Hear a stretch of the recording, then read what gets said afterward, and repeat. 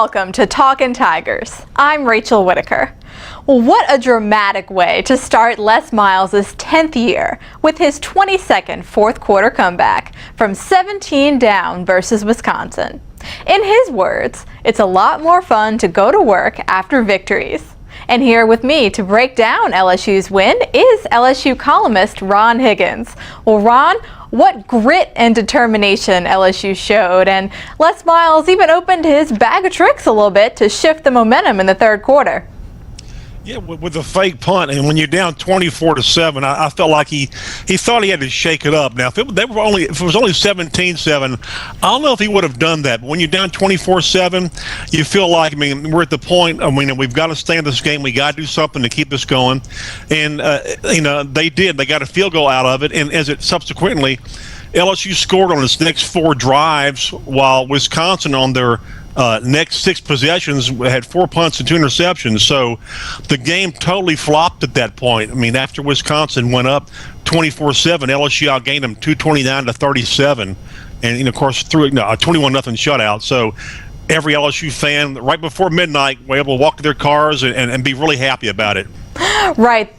The Tigers completely woke up as the second half went on, and the offensive line opened bigger holes. We saw Kenny Hilliard doing his best, and those 2 heroic interceptions too by Jalen Mills and Ronald Martin really helped seal it. Yeah, I think those were not only great coverage. That was finally LSU able to get pressure on Wisconsin's quarterback. For the longest time, Wisconsin, their offensive line, they only had 1 guy on their starting offensive line under 320, and they outweighed LSU by 55 pounds per man on the offensive line to LSU defensive line. So I think Wisconsin finally got wore out. LSU got some pressure, and they got those interceptions and kind of turned things around. Right, and we didn't see as much of Leonard Fournette. He was one of the big topics going into this game, but Kenny Hilliard won the LSWA Offensive Player of the Week after his 110 yards and winning touchdown, and expect to see some great things from him and the run game. And Anthony Jennings, of course, too, really kind of settled in as LSU's starting quarterback. I think that was a great move, right, Ron?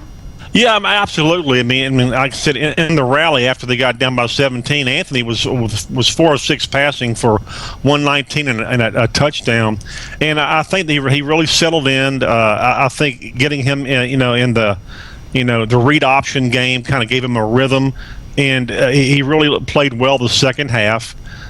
You got 2 games coming up against teams that you figure you can beat. Sam Houston State this week, then Louisiana Monroe, which might be a bit of a test since they beat Wake Forest the first week. But this will give all the freshmen a chance to play and settle in.